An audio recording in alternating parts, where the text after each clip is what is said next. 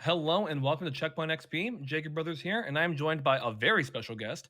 I am here with Director of Business Development at Kovaaks, Cody Dragon, which is your actual last name. Thanks so much Indeed, for it coming is. on. Thank you for having me. I appreciate the time today. Thanks for giving us an opportunity to chat. Yeah, absolutely. So just starting from the very top. Talk, So talk. yeah, a lot of people know Kovaaks, but for those Mhm. who don't, just from the top down, what is Sure. Kovaaks? How does it work? That kind of Yeah, thing. no. So Kovacs is the world's best-selling aim training software. I always kind of draw parallels. It's kind of like a digital ball machine if you think about it in the traditional sports world, right? You know, these traditional sports have plenty of tools and resources to hone in on specific core areas of gameplay, and Kovacs is no different, or the FPS space is no different. So Kovacs was the original concept behind digital esports aim training, essentially, and there's over 17,000 training scenarios within the software from static clicking, dynamic clicking, tracking, target switching, all different types of aim profiles inside of the software. The physics are cloned from popular titles. So if you want to shoot a double jumping Genji out of the sky and practice just shooting an area that you've identified as a weakness, you can do that inside of the 17,000 user generated content scenarios. We work with some of the top professionals in the world. We work with top organizations, which we'll talk about here in this call, hopefully, and you know, hundreds and hundreds of the top collegiate level and scholastic esports programs around the country and around the world, esports academies as well, who are looking to train their players and teach them through structured curriculum. Awesome. Yeah, we'll get to the professionals in a minute, but one very naive question that I have is when it comes to aim training, is it kind of Mhm. like a one size fits all kind of a thing? Like if someone's trying to play Overwatch compared to Destiny 2, compared to Valorant, compared to Sure. CSGO, like is it just like your reaction time will work across all games, or are there different modules for different games, or how does that kind of a thing work? It's a great question. Now, all FPSs share similarities in different scenarios, right? So, you know, depending, I come from Quake, I come from Unreal Tournament. I've played on Arena FPSs my entire life, and there's different weapon profiles and different types of movement of an enemy are going to present themselves differently. So, you know, we have that's kind of a long-winded intro to what I'm about to say, which is, you know, there's tactical FPS, there's arena FPS, there's battle royale, and they all encompass similarities, I should say, in terms of what types of aim you're going to encounter. But it's not a one-size-fits-all. Inside of Kovacs, if you want to practice Fortnite scenarios, you would just type in the search bar Fortnite, and it'll populate all of the playlists that have the associated tag from their creators, and you can drill in. So if you just want to do pump shotties, you know, you can practice a pump shotty, or if you want to work on a long range sniping or shoot gliders out of the sky, right? You know, you kind of hone in. So gliders falling out of the sky are not going to present themselves in Counter Strike or Valorant. Right. Um, you might have, you know, but I say that, and you might have a scenario where a user from a long distance is jumping and descending at a certain rate. So who's to say that those scenarios are not useful in all FPSs? So it's kind of a long-winded answer to your Yeah. question, but hopefully that addresses Well, it. that just brought another question to my mind. What's the most unique FPS game that you have like a module for? Like, do you have like some Team Mm. Fortress 2 type of like module, or like what's like Our, a one that someone wouldn't see coming? the most unreal or most bizarre scenario we've ever seen created is not an FPS. It was a fishing simulator that somebody created inside of Jesus. Kovacs. So we are a UGC sandbox coded in Unreal Engine, and Unreal Engine is extremely powerful. Coupled with UGC tools that we have a really exciting map creator coming out here soon, where kind of the potentials are limitless and endless with the community. So we've seen all types. When top of mind, I mean, I'm sure there's some Team Fortress 2 modules inside of the software. I'm an Unreal Tournament player. I played a game called Reflex. If there's any Reflex players out there, please drop a line in the chat. Our map creator tool was originally used inside of the Reflex engine. It has a population of probably 10 players inside of it, so very nuanced, very nascent, and not a lot of players inside of it. But it's truly limitless. There's, you know, pretty much any FPS under the sky you will find some sort of training scenario for. I love that. That's awesome. So we talked about professional orgs briefly. Hmm. Checkpoint is affiliated with the Outlaws. I know Hmm. Kovacs recently partnered with the Outlaws. So my question with that is, how would you describe the significance of an aiming tool partnering with an esports org like that? Yeah, I think Outlaws is, one of the more prominent esports brands in all of esports. I think that's a fair statement to say. So the significance is it's not small here for our company and hopefully for the Outlaws as well and the greater esports community at large, right? Drawing awareness to the types of tools that players are using to achieve the highest level of play is empowering for users of all stages of their user journey, right? We think that a player who wants to play like the Outlaws, now that they're aware of the tools that the Outlaws are using to train, and we think that's exciting for the average gamer who's looking to take their play not necessarily to go pro, but just to play at the highest level that they can possibly play and have fun and quick play, right? And so, this partnership is extremely exciting for us, not only because of the brand significance of the Outlaws, and vice versa on Kovaaks, but what it can mean for the Overwatch, for the Overwatch League and the Overwatch player base, knowing and drawing awareness to, the types of tools, like I said, that are out there that professional players are using, amateur players are using to have more fun, click more heads, get more frags, and get some dubs. Yeah. So one surprising part of esports that I've noticed as I cover it is how big partnerships are. Like partnership Mm, deals are some of the main news that you see. And so when hmm it comes to say Kovacs and the Outlaws, I think of it like Nike partnering with the NBA of like we make shoes for the players who run in the shoes. Do you think that a partnership like this is kind of the future of the partnership direction of esports of more programs coming out of like here's how we make players better so we partner with these organizations? Do you think that's kind of an evolution that we're going to be Yeah, seeing?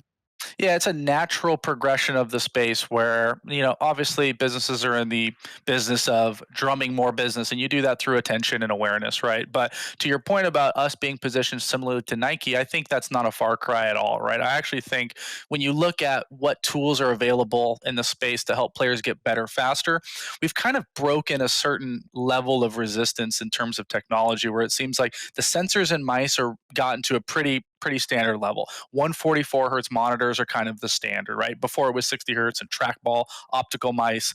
We've seen the play significantly increase due to peripherals, but also player skill. Now, the next level is really honing in, I think, and training these individual skills.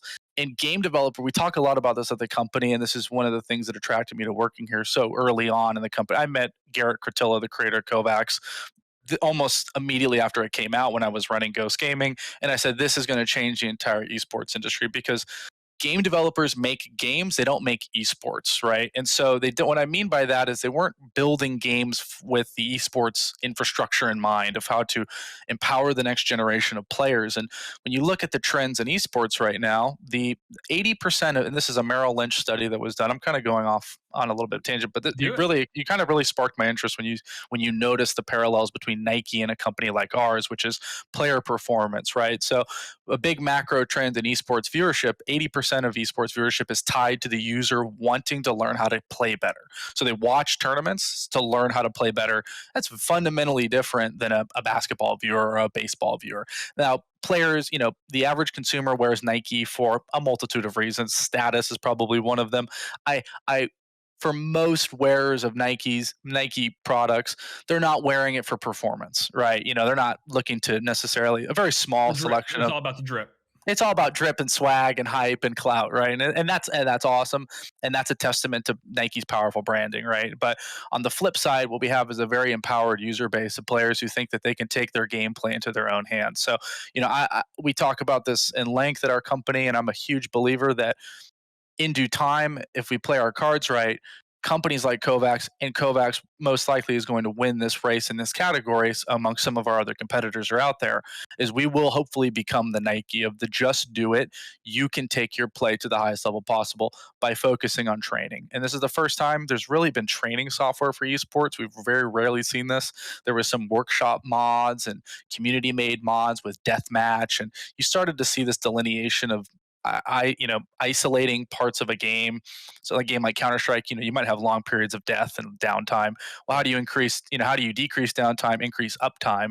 Well, deathmatch was one way to do that. Now this is taking it to the next level. If I just want to focus on right hand sprays, I've identified, this is a part of my game that's, I'm lacking in. So, I think we're very much positioned to be the Nike of the space. It takes a lot of innovation. To your point about will we see more programs, entering this, there's a handful of programs that I believe are truly high, world class caliber. There's Mobalytics, Skybox, Kovacs, a couple of fan made projects.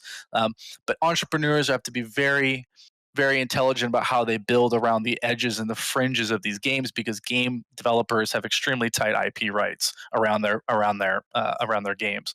Well, one thing we did learn was that game developers don't necessarily own their physics, and that's something to take note Oh, of. It's very interesting, that's really and interesting. Yeah. you can't patent physics, right? That's just something you're just not able to do, at least yet, in this space.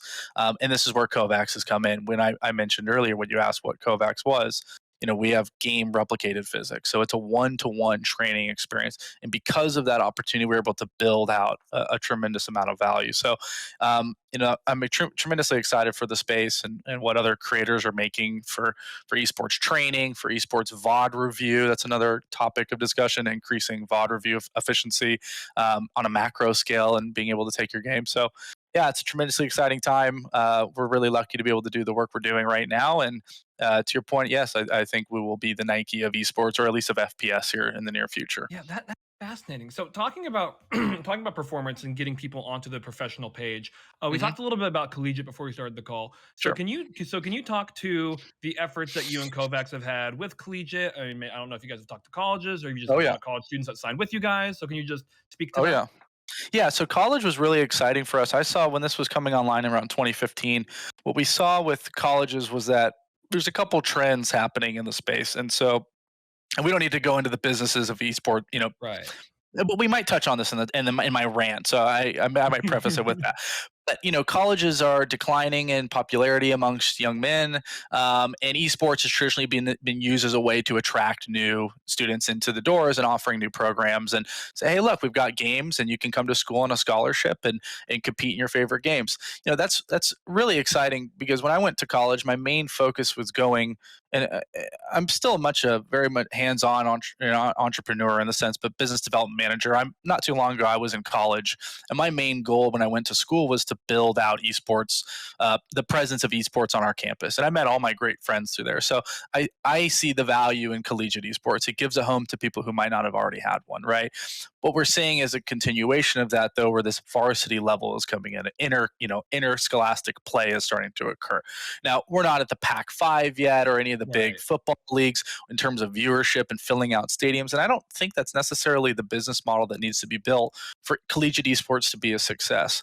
What I did see it as an indicator of potential success was that the fact that we can bring in a lot of level of innovation into this part of the the esports market, because there's a huge disparity in terms of infrastructure when you look at professional level esports and amateur level esports. It's huge, right? Amateur level esports usually presents itself as five close friends with a dream who are going to try and make it, and that team will usually fall apart in their process out, right? And it's kind of this cascading tribal effect, and they kind Yeah, of bully. and all programs have their own story kind of a Yeah, thing. Yeah. yeah, they just kind of, they're very difficult to pin down, right? And I mean that in a sense of, as a service provider like ours, an enterprise level service provider, you know, we would have a very difficult time building out a scalable B2B, if you want to look at the market, the amateur market as that uh, business for that part of the market. So I got tremendously excited about collegiate and scholastic, because there's a district, there's structure, there's administration with clear goals, admissions, directors who are on salary, venues where the team can practice out of. Well, then there's going to start to be this new trend of being able to provide software inside of the space, because esports is looked at. They're wanting. I don't want to speak for all programs, but there's a big push to sportsify esports, and Hmm. traditional athletics have a cornucopia of software and resources available to their players, from kinesiology to sleep analysis to dietitians to, you name it, any axis. There's a tremendous amount of focus for traditional athletics, right? And there's film review for tennis, serving, and swing analysis for golf. We don't have any of that in esports. And so Kovacs, when I first got here, that was my first initiative, was to really push deep into this space that I thought had a lot of support levels available to it, from administration, buy-in, a single credit card, if you will, a payment processor that'll be able to put this on a monthly recurring revenue source for the company, where we'll be able to introduce new products and upsells and new value props for the audience. So we're very excited about Collegiate. We've signed over 200 of them. We work with the state of New York for all of their public colleges. I think there's 54 campuses that we did a deal with. So it's over 2,000 students that now have access to Kovacs for free. And in the high school space, or we're very excited about the high school space as well, which isn't collegiate yet, but those are future collegiate athletes right there in the Right. high school space. So, we're hoping to just provide value and to provide the same software that the Houston Outlaws have at their disposal to the collegiate sector and the collegiate superstars that are starting to emerge from that space, and give them the same access that Yeah. the. Yeah, absolutely. So last question before we round out here. So Mhm. from someone from an outside perspective, because we talk to a lot of people, a lot of college directors, a lot of people directly in that space. Sure. What do you think needs to happen for that disparity to be met between amateur and pro? Like, is it just having an Mm. actual pipeline, or is it something more complicated than that? Yeah, people throw that word around a lot, pipeline, Yeah. and it's we're used to seeing it in the traditional sports world because usually this is my, and I could be totally wrong when I say this, but traditionally athletics are gate kept by physical development, right? So it's when you see us, when you're a sophomore in high school, you're not ready to play in the pro leagues because your body isn't at a level that it can compete with, right? But in esports, your mind is ready to compete. And it oftentimes is. You look at Mona C, some of these prodigy players who are coming out of all types of corners of the world with just an internet connection and a dream, they can compete at a pro level. So it flips that pipeline discussion on its head, right? Because we're trying to build this people are always building looking in the rearview mirror and taking, because that's usually the best indicator of what to do in the future. If you're making educated guesses, you say, well, what's worked here? Esports has the word sports in it, let's just build the sports infrastructure. It's just not going to work that way, and that's also not the beauty of esports. The beauty of esports is the fact that, like I said, somebody in the corner of the world with an internet connection and a dream can do this. And I have seen students, I have personally taken young disenfranchised adults, or if lack of a better word, young adults, and transform their lives through esports because they were so good and we discovered them. So, if there was some sort of gate kept pipeline that for whatever reason had checkpoints and balances and natural to, I don't want to say corruption, but there's gatekeeping isn't always a great answer. And I think in a pipeline conversation, you're naturally going to gatekeep some of the most people who need the opportunity the most. So, I'm not sure what the answer is for the amateur space. I believe collegiate serves a very valuable role in this conversation. I think it's giving young people an opportunity at higher education in fields that they might be interested in. IT, cybersecurity, computer software. I think when you start to look at esports through that lens and exposure to kind of the new modern workforce, which is computers and getting young people acquainted with keyboard and mouse, which has huge implications from console.